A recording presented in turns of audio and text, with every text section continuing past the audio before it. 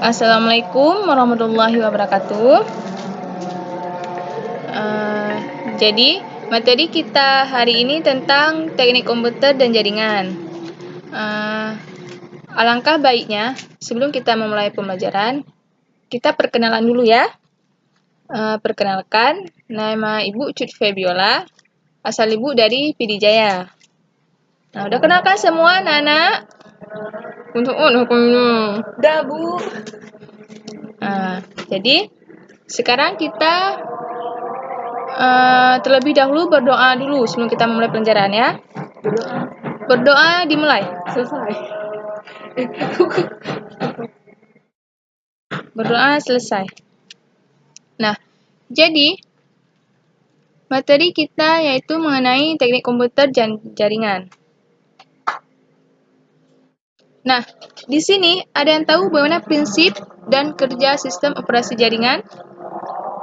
Nggak tahu, Bu. Bagaimana anak-anak? Nggak tahu, Bu. Nah, sekarang Ibu akan menjelaskan bagaimana sih prinsip dan kerja sistem operasi jaringan. Jadi, sistem operasi jaringan adalah sebuah sistem operasi yang mana dia berfungsinya untuk mengatur sebuah jaringan komputer. Pada sistem operasi jaringan memiliki prinsip kerja yang tidak berbeda jauh dengan sistem operasi pada umumnya, yaitu menghubungkan pengguna dengan hardware.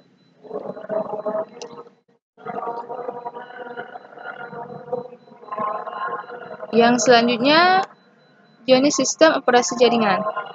Nah, seperti yang terlihat pada gambar ini, sistem operasi jaringan closed source dengan open source.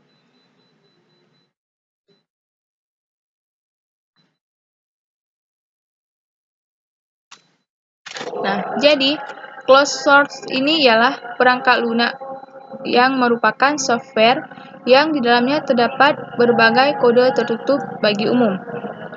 User tidak diperbolehkan untuk melihat maupun juga memodifikasi kode-kode tersebut. Dengan begitu, maka para pengguna hanya bisa memperoleh software yang sebelumnya sudah dikompil ke dalam bentuk binary program. Dan selanjutnya ada open source.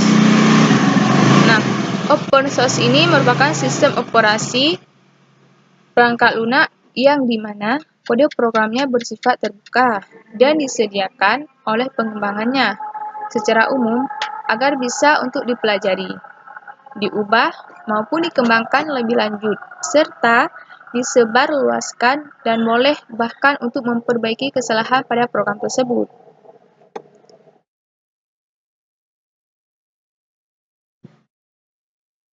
Yang selanjutnya ada spesifikasi hardware yang dibutuhkan. Nah, jadi seperti ini dia spesifikasinya hardware yang sangat dibutuhkan. Yang pertama, dia prosesor Pentium-nya harus berukuran 233 MHz dan RAM-nya sekurang-kurangnya harus 64 bit. Dan juga hard disk dengan kapasitas 1,5 GB. Selanjutnya, drive CD-ROM atau DVD-ROM. Keyboard dan mouse Microsoft atau beberapa perangkat penunjuk kompatibel lainnya.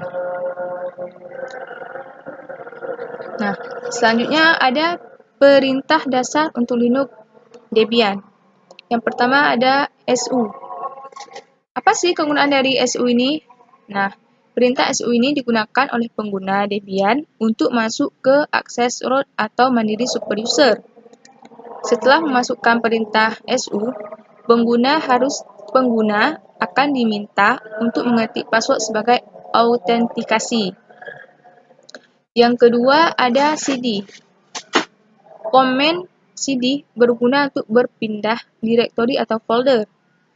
Perintah ini dapat digunakan setelah pengguna masuk ke sistem root dengan perintah pertama tadi. Di terminal, CD harus diikuti dengan nama folder tujuan. Yang ketiga ada LS. Hal yang biasanya digunakan pengguna setelah masuk ke dalam direktori atau folder adalah melihat isi atau daftar file. Untuk itu, digunakan perintah is, sama seperti cd. Penulisan is juga harus diikuti dengan nama folder tujuan. Yang keempat ada cp. Perintah pada Linux Debian keempat ini digunakan untuk menyalin atau copy file dari satu folder ke folder lainnya. Format penggunaan perintah cp yaitu sebagai berikut. cp alamat lengkap file yang akan di-copy. Folder tujuan.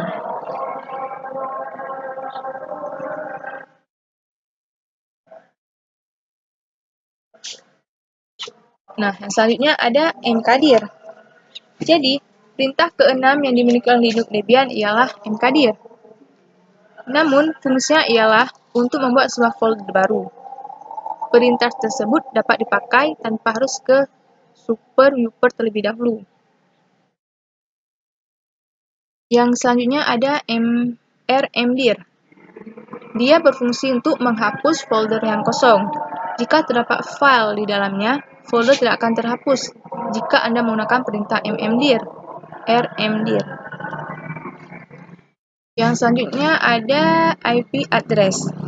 Nah, setiap komputer pasti memiliki IP address, baik ketika terhubung dengan jaringan maupun tidak. Untuk mengetahui daftar jaringan tersebut, alamat IP address di komputer, Anda dapat mengetik perintah IP address, kemudian tekan Enter.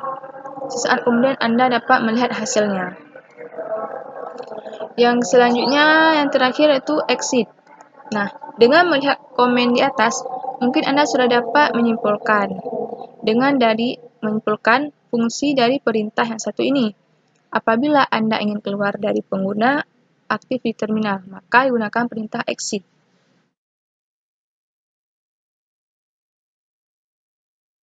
Nah, yang terakhir yaitu tentang manajemen user dan grup. Nah, jadi sebelum Ibu menjelaskan tentang manajemen user dan grup, ada yang sudah mengetahui apa itu manajemen user dan grup? Baik, belum ya? Baik, Ibu akan menjelaskannya.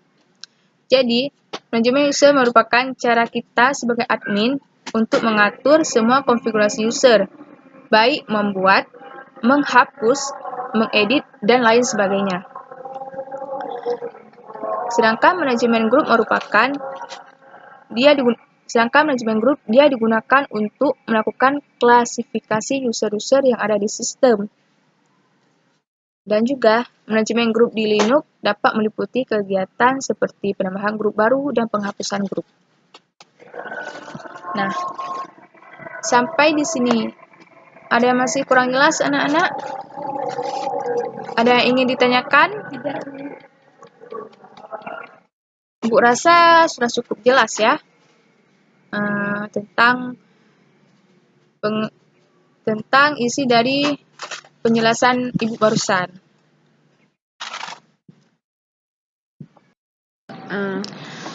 Baik anak-anak, materi hari ini Ibu cukupkan sampai di sini.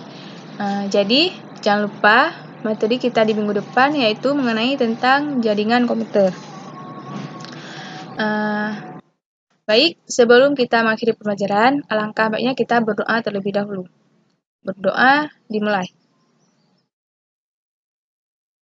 Berdoa selesai. Baik, terima kasih anak-anak. Ibu akhiri dengan Assalamualaikum warahmatullahi wabarakatuh. Waalaikumsalam.